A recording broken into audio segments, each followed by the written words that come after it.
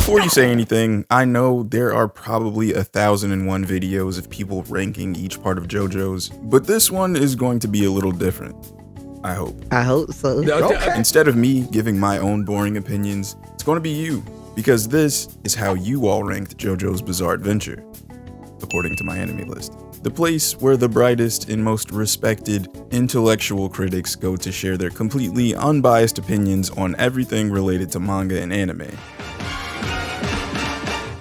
JoJo fans can be pretty annoying to people who don't read or watch it, but once you're in the community, it's a pretty chill space for the most part.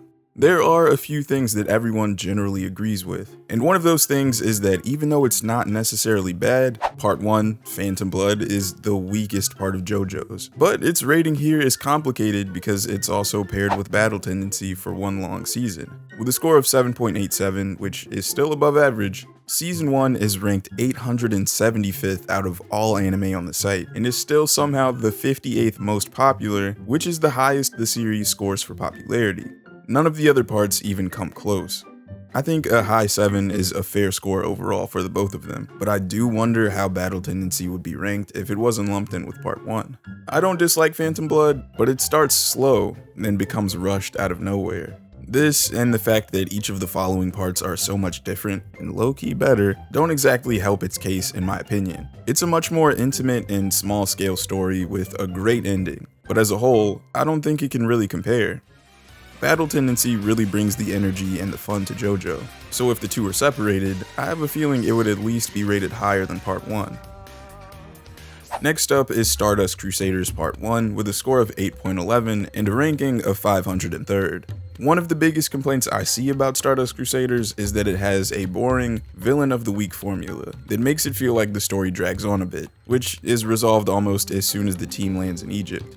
Not too far off from this is Stone Ocean Part 2 with a score of 8.06 and a ranking of 580th. Right after this is Part 1 of Stone Ocean, which has a score of 8.1 and is ranked 521st. While it may not be my personal favorite part, I have a lot of love for Stone Ocean because of the GOAT Jojo, Jolene. She is without a doubt the most well-written JoJo in the anime so far. Jolene starts out as a scared, clumsy girl, but through her determination and resolve to save her father, she learns from her experiences and becomes better. Bring it, Father Poochie! In Part 6, the stakes are the highest, the story is probably the most bizarre, and the stands are at their most creative. For lack of a better term, it's peak. At number 5, we have Stardust Crusaders Part 2 with a score of 8.44 and a ranking of 171st. I think Stardust Crusaders is good the entire time, but again, once they touch down in Egypt, shit gets real. It has one of the most creative fights in the series, and the fight is just them playing Mario Party minigames with Lil Darby. Dio shows up and starts cooking until he gets cooked. Iggy is here. It's just all good, and very sad at the same time. I wonder what Mom and Dad are doing right now. Knowing them, I'm sure they're sound asleep. I'm sorry for worrying you. And speaking of worrying, have you found yourself worrying about your relationships recently? Look, love can be a difficult thing to understand. It can make us act irrationally. Por favor, Montoya, por favor. Por favor, Montoya! Unusual. It can come with so many questions and uncertainties that just linger in the back of your mind all the time. Why am I spending so much time wondering when they'll text me back? How can I be sure that they're as invested in this relationship as me? There are more than enough things in our daily lives stressing us out constantly, so why let what's supposed to be the best part of the human experience, our relationships, whether they be romantic or not, be another source of stress? This video is sponsored by BetterHelp. BetterHelp can help you escape the seemingly endless loop of questioning yourself and stressing over your relationship concerns by connecting you with trained therapists who can help talk you through your problems and help you find some real answers. What I really appreciate about BetterHelp is when you're making your account, they give you a survey that goes in depth on the things most important to you. How important is faith in your life? What's your background? What are your goals? They take all of the answers that you give them and use them to match you with a qualified therapist that's right for you in as little as a couple days, while allowing you to easily switch therapists for no extra cost if the fit isn't right. Finding a healthcare provider isn't always as easy as it should be, so why not let them take care of the difficult part for you? It takes real strength to seek out help and start therapy. So if you find yourself having any of these concerns, click the link down in the description or go to betterhelp.com/thelostcrusader for 10% off your first month. Now back to the video. Starting off the top 3 is my personal favorite, Diamond is Unbreakable. It has a score of 8.5 and a ranking of 144th. Part 4 is exactly where it belongs because of this scene alone. Now I get it! Shining Diamond! Bomb like that.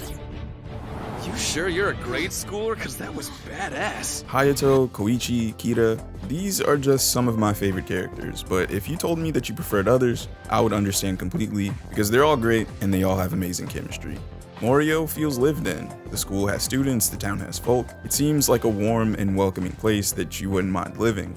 But in the background, there's a deranged serial killer with a hand fetish threatening the safety of everyone there. It seems you finally hunted down your culprit. You're right. I'm the one you've been looking for, Morio's resident killer. In second, we have Stone Ocean Part 3 with a score of 8.53 and a rank of 128th. It's an emotional journey that gives us a tragic yet beautiful conclusion to an 11-year saga. Again, Jolene is the GOAT, and still leaves the viewer feeling hopeful in a hopeless situation against Pucci, the biggest threat of the series so far. And the highest rated part of the JoJo's anime, with a score of 8.58 and a rank of 107th, is Golden Wind. And this doesn't surprise me in the slightest. While my anime list has Part 1 listed as the most popular, I think we can all agree that's wrong without even needing to discuss it. It's really not difficult to see why this sits at the top. The main characters are all dressed in designer clothes. They look soft, but they will beat your ass for no reason, or beat your ass for a specific reason and then dance as you're dying. Even people who don't watch the show know about the torture dance because of how popular of a meme it became. Following the 9-day journey of a group of mobsters turned brothers, as they betray their boss and fight to protect the daughter he never wanted from his quirky assassins, Golden Wind is loads of fun, and probably one of the only parts that I'd say is better as an anime. Arrivederci.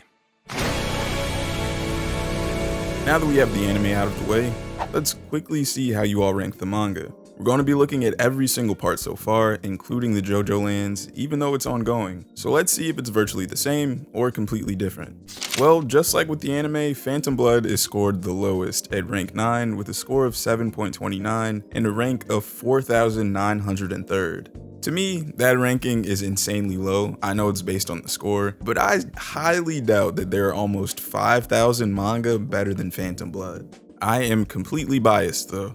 At 8th, with a score of 8.09 and a rank of 593rd, which is an insane gap, is Stardust Crusaders. This is kind of a surprise to me, but the writing in JoJo's really does get better with each part, mostly. At 7th is Battle Tendency, with a score of 8.14 and a rank of 521st. I guess this answers the question of where Part 2 would be placed if the anime was ranked on its own. I think a few of you might be a little upset with this one, but in 6th, we have Golden Wind with a score of 8.18 and a rank of 465th. Please don't kill me for this, but Part 5 isn't my favorite, so I'm not mad. But I will say this is an insane drop in the ranking, which kind of supports my statement that the anime is better. Up next is Part 6 at 5th with a score of 8.24, ranked at 374th. And 4th is the most recent part, Part 9, the JoJo lands, with a score of 8.33 and a rank of 273rd. I don't necessarily agree with this just because there aren't even 30 chapters yet, and realistically, it hasn't even been better than Part 5 or 6 yet, really. I do like it so far, and I do think it has the potential to be really good, but this is definitely a case of recency bias. Starting off the top 3 with what might be a surprise pick for some of you is Part 8, JoJolian, with a score of 8.47 and a rank of 173rd.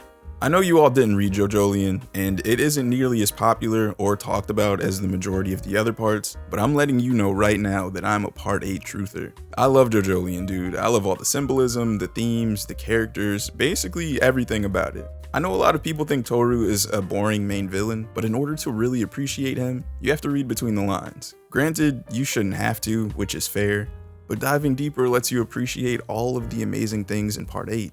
Don't get me wrong, there are plenty of valid criticisms of Part 8, but I like to ignore all of them. For years, even before the anime, Yes, before the anime, because right now I'm what you would call unk. Howdy do, fellow kids. For years, I tried to tell everyone that Diamond is Unbreakable was the best part of JoJo's Bizarre Adventure. Y'all weren't listening, but it having a score of 8.57 and a rank of 112 shows that most of you agreed, at least in some capacity. Blowing every other part of the manga out of the water with no competition, Steel Ball Run comes in first with a score of 9.32, making it not only the highest ranked part of JoJo's Bizarre Adventure, but the second highest rated manga on my anime list, losing out to only Berserk, which is pretty major. Of course, none of these rankings are objective, and I love Steel Ball Run, but do you think it's the second best manga of all time? And that's a legit question. I'm not speculating anything. But now that all of that's over, I will finally share my own terrible opinion on where I would place each part based on my own level of enjoyment. In order from least to most favorite, I would go Phantom Blood at the bottom, sorry, then the Jojo lands up to the current chapter, next is Stardust Crusaders, then Golden Wind, then Stone Ocean, Battle Tendency, Jojolion, Steel Ball Run, and then at the top is Diamond is Unbreakable. I told you, you will never convince me to change my opinion on that. But do you think this list is valid, or is my ranking trash? I really want to know how you, all individually, would rank JoJo's as well, so please let me know in the comments. That's all for now. Thank you so much for watching. Peace.